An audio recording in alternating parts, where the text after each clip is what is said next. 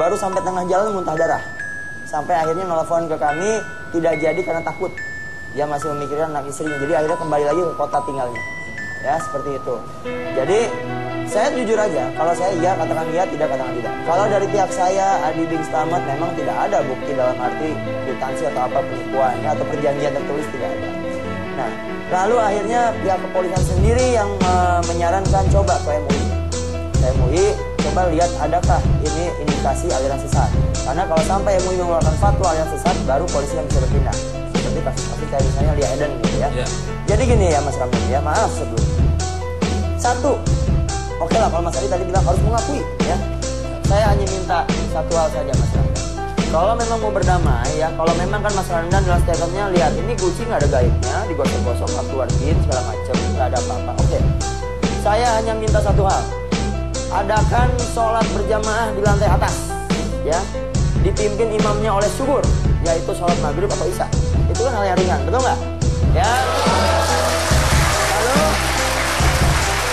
subur karena Islam, di KTP-nya Islam, wajar dong hanya memimpin sholat maghrib bisa mah hal yang ringan, betul? Nah, setelah itu kalau memang dia berhasil menjadi imam yang baik, menjadi sholat, lalu kita adakan yasinan di lantai atas. Saya hanya mengirim kurang lebih 10 orang. Tidak ada hal yang berat, hanya itu. Kalau itu bisa dilakukan dan memang tidak terjadi apa-apa, baru saya akui oke, subur bukan air sesat. Setuju? Saya mau tanya.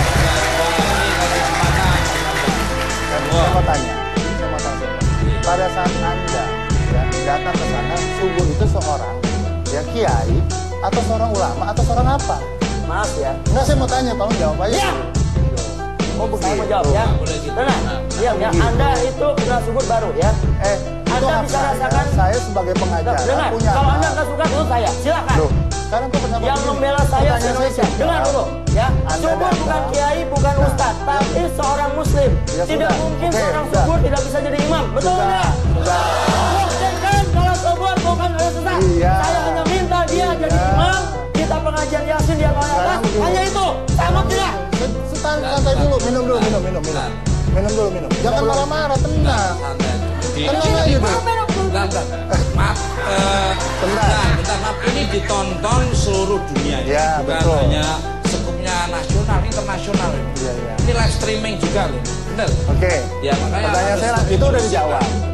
Sudah dijawab bahwasanya yang subur bukan seorang kiai, bukan seorang ulama. Untuk jadi imam tidak perlu seorang kiai. Ngerti nggak? Tenang dulu, tenang. Pakai akal Anda. Tenang. Berapa yang dibayar subur? Tenang. Ya. Mau dibayar berapapun hak saya. Ya, makanya saya hanya minta subur jadi imam. Adakan sholat berjamaah di atas, kita yasinan di atas. Titik. Itu namanya. Kalau mau berdamai. Sesuatu yang mengada-ada. Sebentar Mas Eko. Saya luruskan kembali. Oke. Nah, ketika pertanyaan saya simpel, apakah ketika seorang menjadi imam, kemudian dia menjadi benar dalam tingkah laku agama maupun hubungan dia dengan Tuhannya? Hubungan sholat, saya mau tanya Mas Tukul. Kalau saya sholat atau Mas Tukul sholat, karena saya suruh, apakah itu nilai ibadah? Kan begitu. Kalau kita sholat, katakan, Alam, kamu sholat. Saya sholat karena saya takut. Karena ini hubungan hablum minallah, hubungan manusia dengan Allah. Manusia tidak bisa mencap, bahwasanya kamu kafir, kamu tidak bisa sholat. Kan gitu. Kamu tidak bisa begini dan begitu, kamu kafir, nggak bisa. Ketakwaan hanya Allah yang tahu. Manusia tidak bisa memvonis. Saya lanjutkan lagi Mas Tukul. Ya.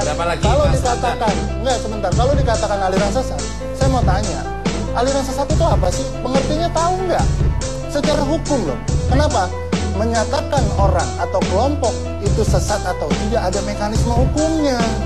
Tidak bisa seseorang menyatakan kamu sesat. Nggak bisa. Mas Tukul mau saya katakan, Mas Tukul sesat. Wah, saya nggak pernah sesat. Saya kebenaran di atas segala-galanya. Saya sepakat. Artinya apa? Artinya apa? Ya. Kita manusia tidak boleh memvonis orang itu bersalah atau tidak bersalah. Pengadilanlah yang menyatakan bersalah. To the point aja, Mas. Ya, to the point begitu. Di sini kan jelas. Ya, aliran sesat itu ada mekanismenya. Itu dari MUI loh. Pedoman identifikasi aliran sesat. Salah satunya, ya kan? Di sini ada 10 poin. Mungkin kepanjangan kalau saya bacakan. Di sini ada 10 poin. Singkat aja, mana diambil. Kalau singkat nanti nggak akan bisa dibahas. Oke, ini saya ini kan nggak usah. Nah, artinya kenapa? Permasalahan ini sesungguhnya Mas Tukul, ini permasalahan omong kosong semua. Ya, harus ada fakta nyata. Gitu loh. kalau memang kita berbuat, contoh nih, Adi di 2010 dia katakan dia sakit jantung beneran, berawal dari sakit dia punya kolesterol, kan jarang makan telat dan sebagainya, dia merokok dan sebagainya. Vonis dokter loh, ya. Di 2013 dia bilang Adi bin Slamet mengaku sempat divonis menderita sakit jantung oleh dukun berinisial R. Namun saat diperiksa ke dokter dirinya tidak menerima sakit jantung. Loh, yang ini jadi gimana? Berita bohong. Loh, di sini bilang nggak sakit jantung. Nah, lucunya lagi, ya. Justru Adi baru sadar telah diguna-guna setelah melakukan pengobatan alternatif. Artinya apa? Dia kan didoktrinasi oleh orang lain yang seolah-olah bahwasanya dia itu kena diguna-guna. Nah, kemudian timbul permasalahan ini.